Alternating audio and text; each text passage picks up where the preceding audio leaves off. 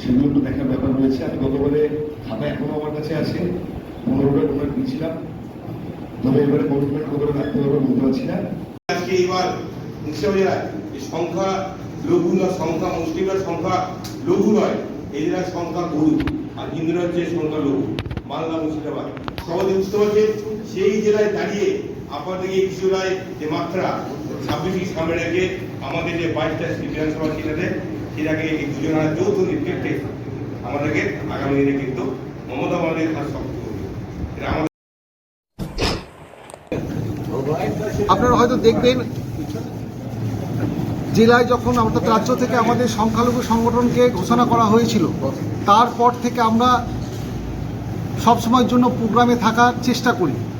প্রোগ্রামে থাকার এই কারণের জন্য চেষ্টা করি, কারণ প্রোগ্রামে যত থাকতে পারবো মানুষের পাশে থাকতে পারবো। আমাদের নেত্রী সর্বদা নির্দেশ দেন যে মানুষের পাশে থাকে, সাধারণ মানুষের পাশে থেকে মানুষের সহযোগিতা করার জন্য।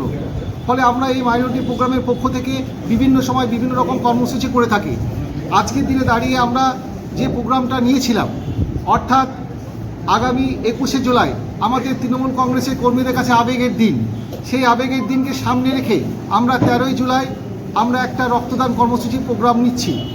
সেটা নিয়ে আমরা প্রত্যেকটা ব্লক, টাউন প্রেসিডেন্ট এবং জেলা নেতৃত্ব যারা উপস্থিত ছিলেন এবং অনেক বিশিষ্টজন উপস্থিত ছিলেন আজকের দিনে, প্রত্যেকের মতামত নেওয়া হয়েছে। আগামী দিনে 13ই জুলাই আমরা টার্গেট নিয়েছি প্রায় 500 জন ডোনারে আমরা প্রোগ্রাম এই জেলা অফিসে প্রোগ্রাম সম্পন্ন করব। এই কারণে সম্পন্ন করব কারণ যেহেতু সেসময় 21শে জুলাই শহীদের রক্ত আমরা এখনও ভুলতে পারি না। ফলে সেই রক্তের শান্তিকে আমরা শান্তি রাখার জন্য, অর্থাৎ আজকের দিনে আমরা মানুষের যদি জীবন বাঁচিয়ে রাখতে পারি এই রক্তের মধ্য দিয়ে, ফলে আমরা হয়তো 21শে জুলাই আরও সুন্দরভাবে করতে পারবো।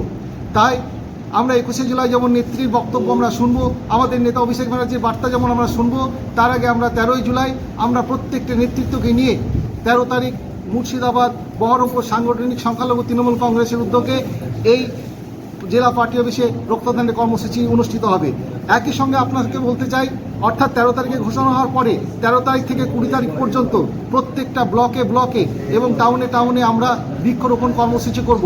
কারণ আমাদের পরিবেশকে বাঁচিয়ে রাখতে হবে। এই পরিবেশকে বাঁচিয়ে রাখার লক্ষ্যেও আমরা প্রত্যেকটা ব্লকে এই সংখ্যালঘু তৃণমূল কংগ্রেসের উদ্যোগে বৃক্ষরোপণ কর্মসূচি অনুষ্ঠিত হবে। শুধু একটাই লক্ষ্য, আমরা যেমন মানুষ মমতা ব্যানার্জি যে সমস্ত উন্নয়ন মানুষ যেমন পাচ্ছে, একইভাবে সমাজকে রক্ষা করার দায়িত্ব আমাদের তৃণমূল কংগ্রেসের কর্মীদের। তাই সেই লক্ষ্যকে সাফল্য করার জন্য আমরা 13 তারিখ থেকে আমাদের মাইনরিটি ব্যানারের পক্ষ থেকে আমরা কর্মসূচি নিতে শুরু করেছি। সেটা নিয়ে আলোচনা সভা ছিল।